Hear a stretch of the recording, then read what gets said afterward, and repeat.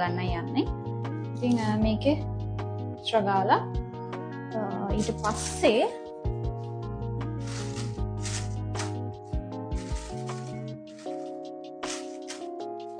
කොළ දාගන්නවා.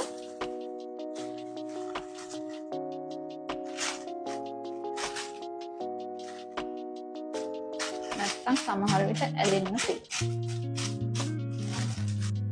අපි දැන් මේ ටික කේක් තැටියට දාගන්නවා.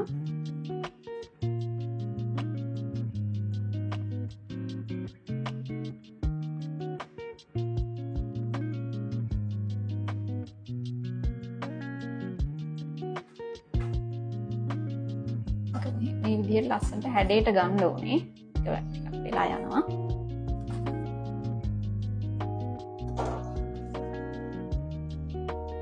දැන් අපි oven එකට කේක් එක දැම්මා. අපි එක කේක් එකක් oven එකට දැම්මා. දැන් මේ චූටි කේක් එකක් අපි හදාගත්තා. නිකන් දෙකේ වෙනස බලන්නත් එක්ක. නැත්නම් දෙකම එකම oven එකට දාන්නත් පුළුවන්. ඒක අපි දාගන්නවා එයා ෆ්‍රයි එකට.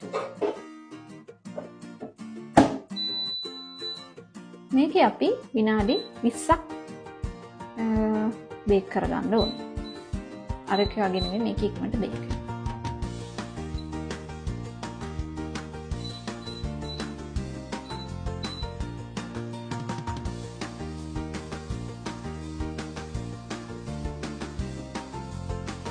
එයා ෆ්‍රයි එකේ නම් හැදිලා එන්න මේ විදිහට තමයි එයා ෆ්‍රයි එකේ කේක් එක අපිට ගන්න පුළුවන්. දැන් තියෙන්නේ oven එකේ එක. ඒකට නම් තව වෙලාවක් යනවා.